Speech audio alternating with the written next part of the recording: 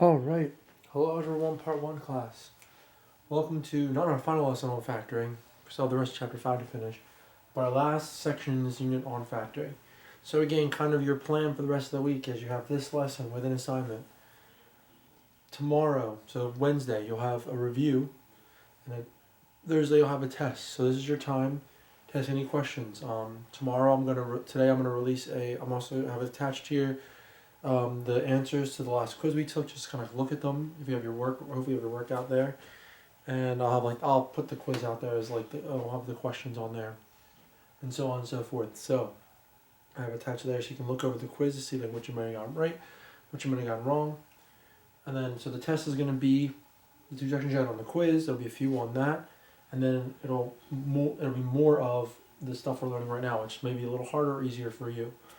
Hopefully yesterday's assignment went well. I also attached the answers to yesterday's assignment. See, I'm just trying to give you all the answer keys I can, give you all the prep I can like I would in class to help you guys do well, all right? If you have any questions, you got to reach out. Just let me know. This will probably be the hardest thing we've learned so far. I will say it's not impossible. It'll come with practice. It might just feel like a lot of steps, okay? I'm not going to try to overwhelm you. I'm just trying to give you a surefire way to do this kind of factoring every single time to factor these. So we're going to be factoring the stuff we were factoring before in 5, 7, and 5, 8, but the number in front of the x squared is going to be greater than 1. So remember, this is when this a, whatever number that is, it's not just 1. Remember we have like x squared plus 5x plus 6. It's not going to be that. It's going to be when a is greater than 1, so when it's 2 or more. Okay? So, and again, this quiz is going to be everything mixed up, so you got to kind of know what you're looking at. You got to pay attention, like, is it 4 terms? Is there a 1 in front of the x squared? Is there not? That's going to depend on what you do, okay? All right. So let's start with our first problem. All right, so we're going to do 7 problems. You're going to have 7 problems for homework. Not too bad. Or for homework, I guess, like for this lesson for today for your attendance. All right, so let's start with this first problem here. So let's say I get the problem, the first one here.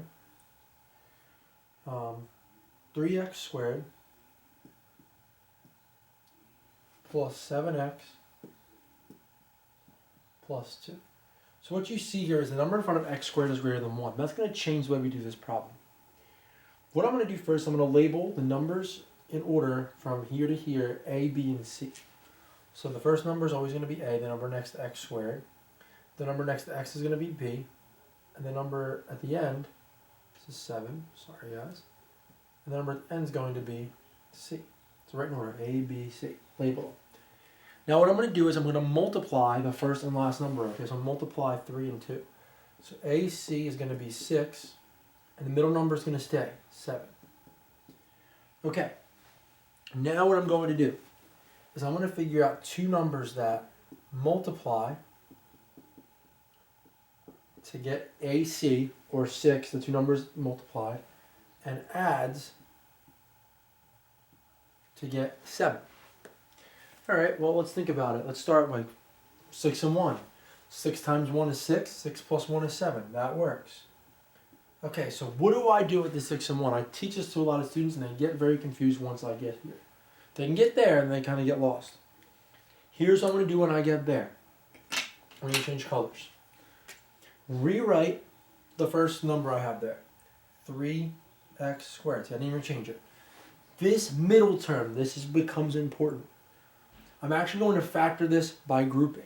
I'm going to turn this into 4 terms. How am I going to do that? I'm going to split 7x with these 2 numbers. So I'm going to rewrite 7x as 6x and 1x. 6x plus 1x is 7x. So you're just going to use those 2 numbers, split the middle term, keep the variable with each of them. Then finally I'm going to add the end number. It's going to stay the same. So all that happens is the middle number splits. And look what happens. Now I have 4 terms, just like the problems we saw yesterday. We are going to factor this by grouping. All right? So how am I going to do that? I'm going to group the first 2, group the last 2, like I did yesterday. The greatest common factor here is going to be 3x. All right? So when I get that, I take away 3 divided by 3 is 1, take away an x, I'm left with x. 6 divided by 3 is 2, and the x goes away. Okay, now all I need in the other parenthesis is 1x plus 2. I already have that. If I already have what I need, you still need to take something out, just divide everything by 1. Because 1x divided by 1 is just 1x.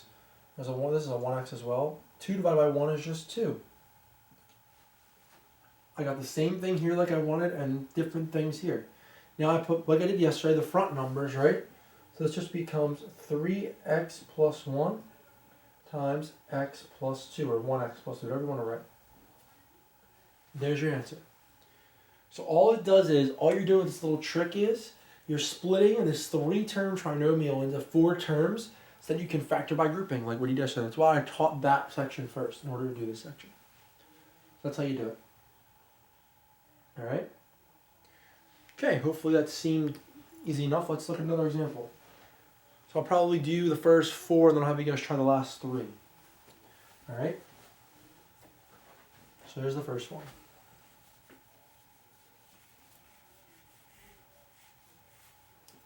Alright.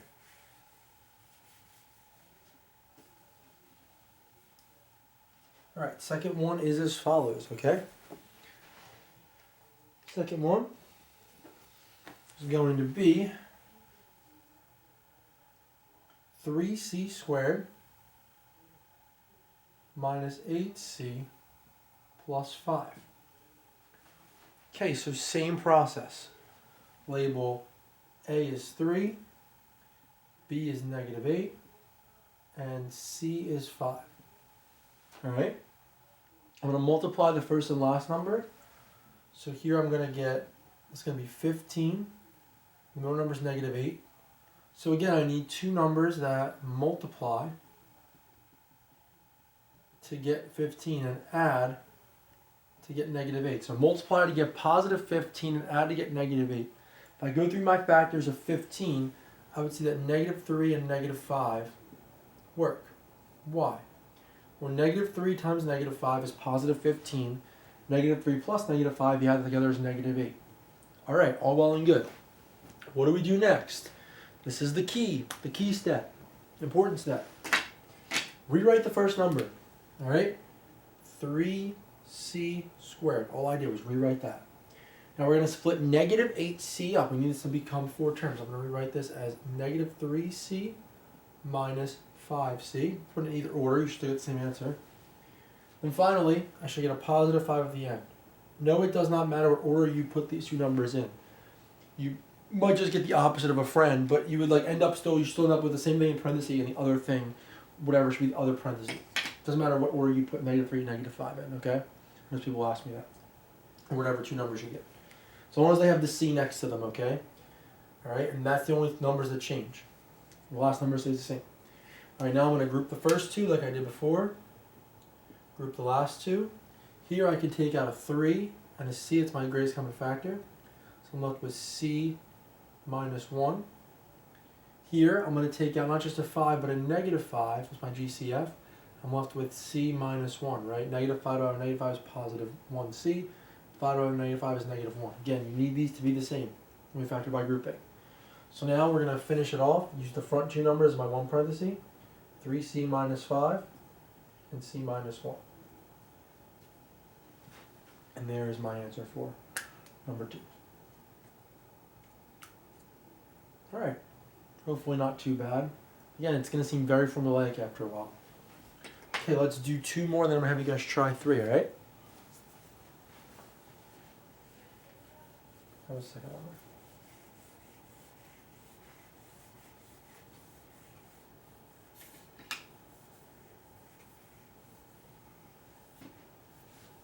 Alright. So, number 3. Let's say I have, okay, it's going to be a bigger number at the beginning. 5y squared, alright, plus 4y minus 1. Alright, so again, same process. It does not change. A is 5, B is 4, C is negative 1. AC is negative 5, and B is 4. So I need 2 numbers that multiply to get negative 5 and add to get 4. If I looked at that, that would be 5 and negative 1, right? 5 times negative 1 is negative 5. 5 minus 1, or 5 plus negative 1, is 4. Okay, again, key step. I can't say it enough. Now, rewrite 5y squared. Split 4y into 5y and negative 1y. You have the negative 1 at the end. The first and last numbers stay the same. Split the middle up with these two numbers you find and multiply to get AC and add to get B, okay? I'm just going to rewrite that again, but you can see it in the last couple times. Once I do that, I get it into 4 terms. Now I'm going to factor by grouping like I did yesterday. So I'm going to group the first two, group the last two. Here I can take out a 5y, and I'll be left with y plus 1. Remember, I need this to be y plus 1. So let's say I take out a 1, but look, they both have a negative 1, so let's take that out. When I do that, negative 1 divided by negative 1 is positive y. Negative 1 divided by negative 1 is positive 1. Beautiful is what I wanted. These need to be the same once again. Again, after that, write the answer to my problem. I use the front two numbers of my one parenthesis. So I get 5y minus 1, and then times y plus 1. So 5y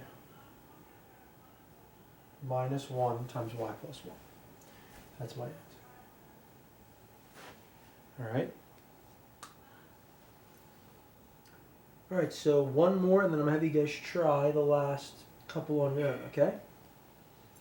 Alright. Well, at least try them, like we were in class, and then, then you'll have a few to do for homework. And I'm trying to get as much practice as possible so you guys are so good at this. I'm telling you, factoring even these are super, super important. Alright? Alright, so let's look at one more before I have you guys try a few, alright? Alright. So number 4. Let's break this down. So number 4, I'm going to have 7x squared plus 8x plus 1.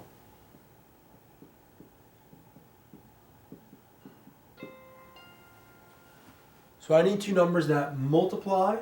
So I've labeled my numbers, right? A, B, C. So I'm going to multiply AC. And I'm going to get 7 times 1 is 7. And then B is 8. So what I'm doing when I do AC is I'm multiplying these, the first and last number, and then I have the middle number just comes down straight. So I need two numbers that multiply to get 7 and add to get 8. That would be 7 and 1, right? 7 times 1 is 7. 7 plus 1 is 8. Again, key step. We're going to turn this factor by grouping problem. Rewrite the first term. Split up 8x into 7x and 1x. Doesn't matter what order you put them in. And then add 1. Right? So I'm going to group the first two, group the last two. Here I can take out not just an x but a 7. I'm left with x plus 1.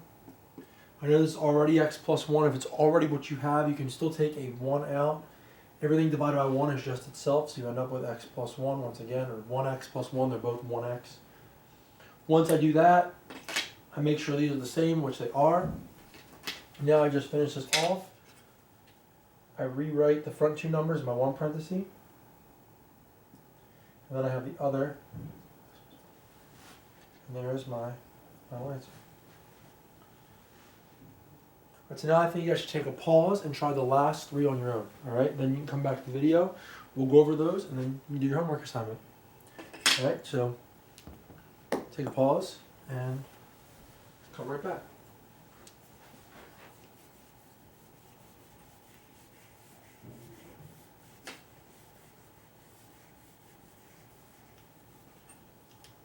Alright, welcome back, guys. Alright, so now we're going to go over the last 3, 5, 6, and 7. Alright, so number 5.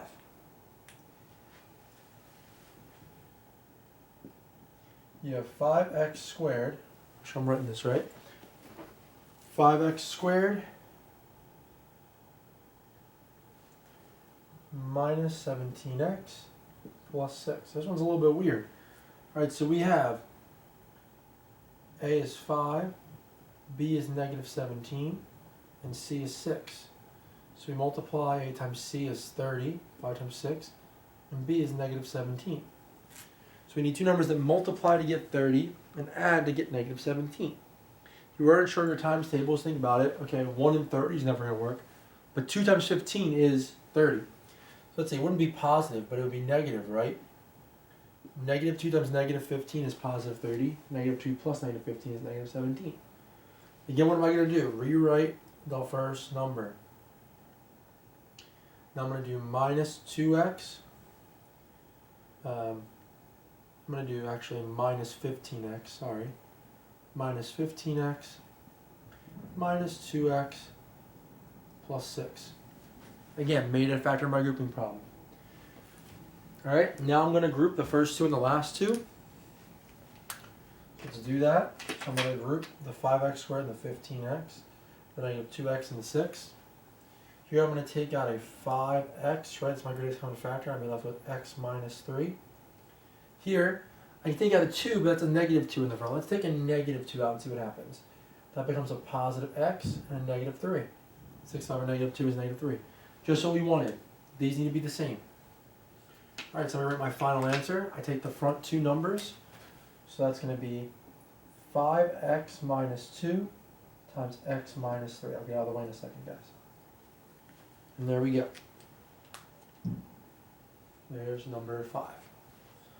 And again, it kind of gets repetitive after a while. It's like, you do it enough times, you'll get it. That's why you guys a bunch of practice and you're like, wow, this isn't that bad anymore. Hopefully. Alright, so let's jump and do we got 2 more to go. Alright, and this lesson's over for today. Let's just erase this. Let's try to do them on the same board at the same time. Not the same time, but I mean like, let's try to do them so I don't have to erase. Alright, let's do number 6 on this side, okay? Number 6 here, right? It's going to be, or is, 3p squared, so it's a p, plus 7p minus 6. Alright, so you know a is 3, b is 7, and c is negative 6. So I need two numbers that multiply to get negative 18 and add to get 7. If I go through the factors of negative 18, that would be 9 and negative 2.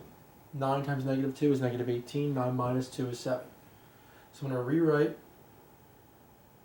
I'm going to add 9p minus 2p minus 6. 4 terms, remember it. Now I'm going to factor by grouping, right? So I'm going to take here a 3p out. I'm left with p plus 3. Here I can take out not just a 2, but a negative 2, and also be left with p plus 3. Perfect. P plus 3, I have both things there. 3p to negative 2. We're almost done. Take the front two numbers, my greatest common factor.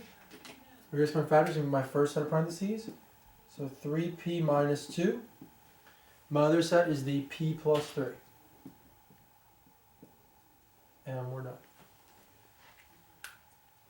Again, hopefully, once you did it like the first couple times, it became kind of starting to become formulaic. Alright, so we got 1 more to go. So let's get this done. Let's do around here. Alright? Actually, just going to erase this one little answer. Erase. Okay, sorry about that.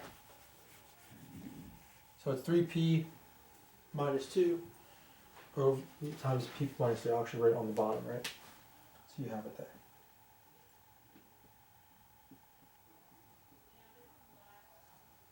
Alright, so number 7, last one of today. Well, you know, you have fun to practice tonight, but last one of this lesson. So number 7, you have 4y squared minus y minus 3. Alright, so you label, right? A is 4, B is negative 1, C is negative 3. I need two numbers that multiply to get negative 12 and add to get negative 1. When I think about it, 12, 1 and 12, no. 2 and 6, no. 3 and 4, that probably makes 1, right? Let's see, if I do negative 3 and 4, right? 4 times negative 3 is negative 12. Or no, that's not going to be right. We need negative 1. So let's try negative 4 and 3, right? Negative 4 times 3 is negative 12. Negative 4 plus 3 is negative 1. Haha, got it. So I'm going to rewrite 4y squared, split that middle term into negative 4y and positive 3y, and then minus 3. Alright, then I group. So here, if I looked for my GCF, I could take out not just a y, but a 4y. I'm left with y minus 1. Remember, I need this to be the same. So let's see, if I take out a 3, guys, right? Let's try that. Let's just try 3. 3, right? 3 divided by 3 is y. 3 divided by 3, oh, it's negative 1. Aha, I need to take out negative 3. We're almost done. My greatest common factors, that's my 1 parenthesis. So I have 4y plus 3. That's what that is. 4y plus 3, it's a positive 3, times y minus 1. So it's 4y plus 3 times y minus 1. Hopefully you guys can see that. 4y plus 3 times y minus 1. So that's how you factor one of these quadratics. When the number in front of the square term, you notice everything in front of the square term is greater than 1 if you look at all the problems you're doing today. So this is going to be the last section we learn. We're going to review tomorrow, and you'll have a test this on Thursday. If you have questions, you need to reach out before Thursday. You can reach out on Thursday, but no, before you take the test. Don't tell me after the test, I didn't know how to do any of this. So you got that time. I'm going to give you answers to your quiz. I'm going to give you everything I can, any resource I possibly can. If you have any questions, please let me know. It'll still be on quizzes the same way we've been. That's how it's going to be done every single time. So if you guys get a little practice with that now, and we'll do better this time. Have a terrific Tuesday, and you'll see me tomorrow for our review.